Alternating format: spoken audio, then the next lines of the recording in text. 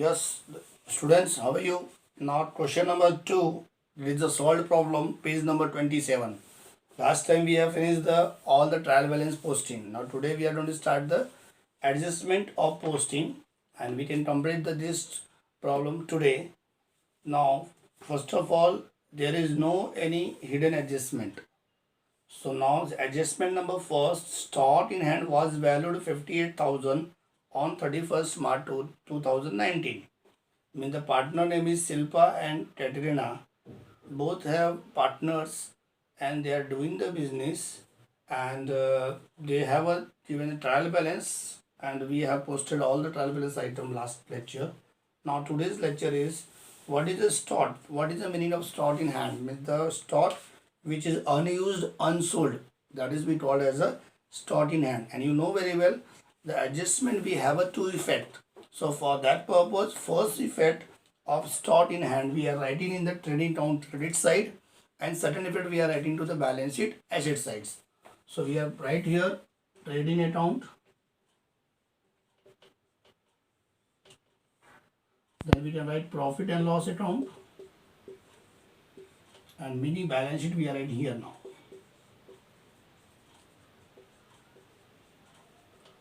So we can write here first effect by closing stock, and we are right what is the value of closing stock, 58,000. We are right 58,000 here first in credit side, and second right balance sheet asset side closing stock, and we are right 58,000. So that you know that you can see now we have a two effect. One is trading credit side and second is balance sheet asset sides.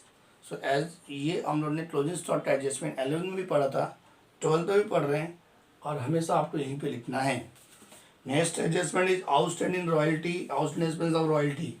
So royalties value it is given 2000. It is right in trading debit side. तो trading के debit में जब हम जाएंगे तो यहाँ लिखेंगे to royalties. Royalties already आपने लास्ट लेक्चर में पोस्टिंग किया था, तो रॉयल्टीज का अमाउंट 2000 यहाँ पे लिखा है, और उसका आउटस्टैंडिंग 1500 है, तो लिखेंगे 1500 आउटस्टैंडिंग रॉयल्टीज इज 1500. उसमें ऐड हो जाएगा 2000 plus 1500, 3500. We are write in the outer column. अब आउटस्टैंडिंग है तो उसका बैलेंस शीट के लायबिलिटी में आएगा. कोई भी जब चीज़ आउटस्टैंडिंग होती है, जो अनपेड होता है, वो अपने लिए लायबिलिटी होता है, मतलब देना होता है, वी हैव टू पे. सो उनको लायबिलिटी में शो करते हैं.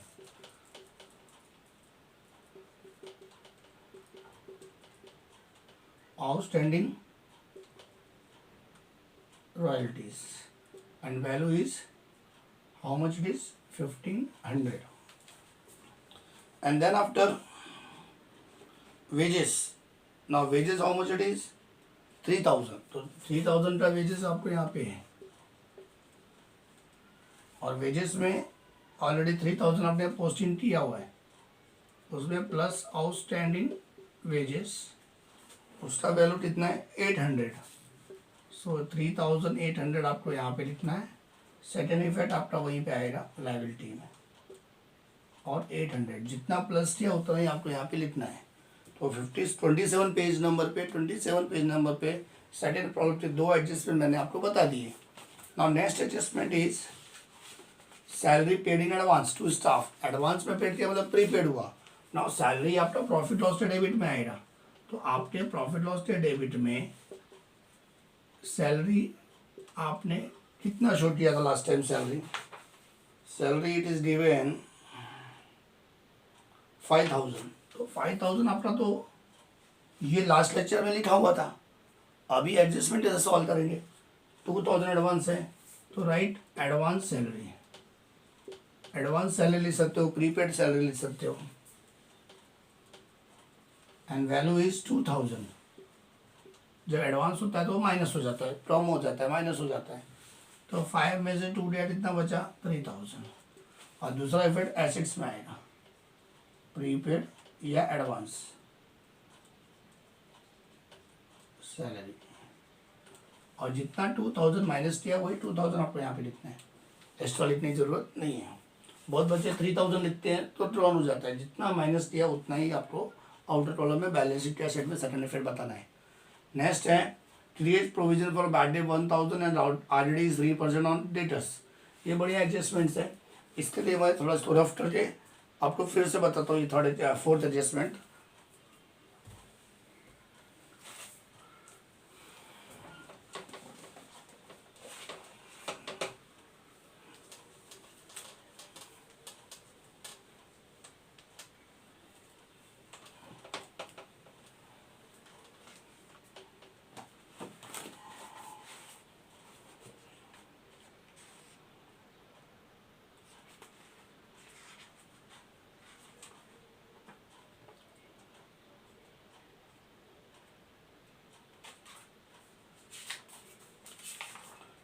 No first of all debtors जो है हम लोग बैलेंस शीट के एसेट्स में लिखेंगे। तो एसेट्स में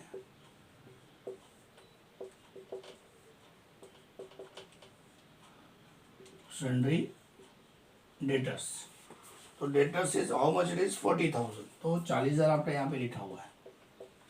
उसमें कोई अदर एडजस्टमेंट नहीं है। तो पहले तो न्यू बैड डेट माइनस हो जाएगा। तो न्यू बैड डेट में क्या होता है 1000, so we can minus 1000 here, it will come 39,000। इसको नाम देंगे न्यू बैड डेट। अब 39,000, ये 1000 का दूसरा इफेक्ट कहाँ पे जाएगा, ये जाएगा प्रॉफिट एंड लॉस अकाउंट के डेबिट साइड, जो कि आपने बनाया है 2RDD अकाउंट। पहले क्या आएगा ओल्ड बैड डेट। तो ओल्ड बैड डेट कितना दिया था आपने लास्ट टाइम लिखा होगा, लास्ट लेक्चर में आपने लिखा होगा 400, वो 400 आपका यहाँ पे आ गया, plus new bad debt. Now new bad debts आपका ये जो 1000 है, दिस 1000 विल राइट हियर, यानी इसका 1000 का दूसरा इफेक्ट जो आपने बैलेंस शीट के एसेट्स में लिखा है, बैलेंस शीट के एसेट में जो आपका 1000 का एक इफेक्ट है, दूसरा प्रॉफिट लॉस के डेबिट में आपने 2 इफेक्ट बता दिया। और उसके बाद 39,000 आने के बाद जो उत्तर आया है उसका RDD आपको माइनस करना होगा। तो RDD जो है पेज नंबर 28 पे दिया है एडजस्टमेंट में 3% ऑन डेटर्स। तो इसका न्यू RDD और 3%, न्यू RDD 3% ऐसे डालेंगे 39,000 इंटू 3/100, फिर 390 into 3, 0 9 3 27 102, 3 3 9 10 11, 9 3 27 7 2, 9 11, 1170, this 1170 we are writing here, and next effect is nothing else। तो ये आपका 110 आपका यहाँ पे आएगा न्यू RDD बन के 1170, फिर लेस होगा ओल्ड RDD। अब ओल्ड RDD ऑलरेडी आपके पास दिया होगा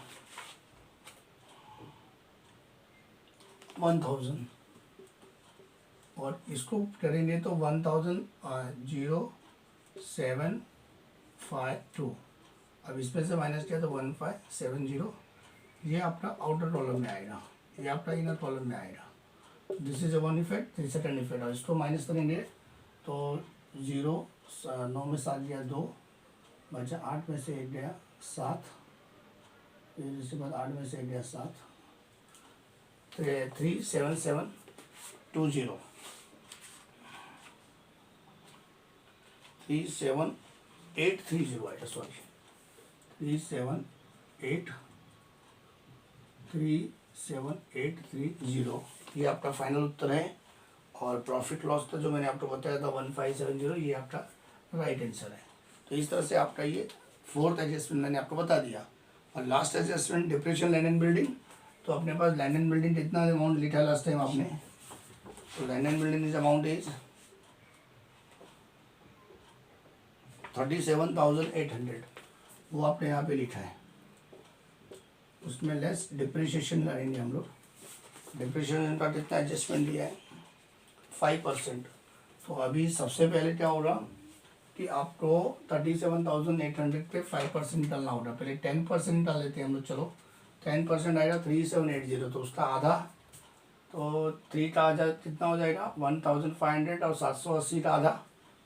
तो अगर ऐसा नहीं तो आप ऐसा करो 37,800 into how much percentage, what is adjustment, it is land million 5% बोला है, तो 5% कर दो। 378 इंटू 5, 140, 4, 5 सत्ते 35 और 4 9, 3, 5 3 15 और 3 18, 11890, ये माइनस हो जाएगा, and then it will come 0। और आपका यहाँ पे 10% हो गया 8, 7 में 17 में से 8 गया, 17 में 7 गया, फिर 9, फिर इधर 6 में से गया 5, 35910 इट विल कम। तो ये आपको आपके फाइनलाइज उत्तर को देखते हुए आपको करना है, लिखना है 35910, and second effect it will be 1890 का सेकेंड इफेक्ट जो है, यानी इसका प्रॉफिट लॉस के डेबिट में आएगा। क्या आएगा, to depreciation on land and building, और जो 189 है उतना ही आपको आउटर कॉलम में लिखना है। यानी एक इफेक्ट आपका यहाँ पे आया, सेकेंड इफेक्ट आपका यहाँ पे आया, और ये आपका कैलकुलेशन है कि ये अमाउंट कहाँ से आया, वो ये आपको मैंने यहाँ पे करके दिखाया है। तो एवरीथिंग इज परफेक्ट, और ये सब 11 में हुआ है, 12th में भी सेम है। एंड आफ्टर फर्नीचर 10% बोला है, very easy. Furniture, now furnitures value is 17240, उसका 10% डिप्रेशन का लेंगे तो 1725। अब उसमें 17250 में 17 माइनस करेंगे, दैट मीन्स 1725 इज माइनस 9, 15,525, 15,525, 15525, ये उत्तर आया। और इसका सेकेंड इफेक्ट जो है सेम आपका प्रॉफिट लॉस के डेबिट में depreciation on furniture, and it will कम 1725। तो एवरीथिंग इज ओके। बाद में फिर टोटल करो, लॉस ऑफ निकालो, प्रॉफिट लॉस को डिस्ट्रीब्यूट करो, डिस्ट्रीब्यूट करके उसको आप पार्टनर्स कैपिटल में लिखो, उसका जो बैलेंस आएगा बैलेंस शीट के लाइबिलिटी में लिखो।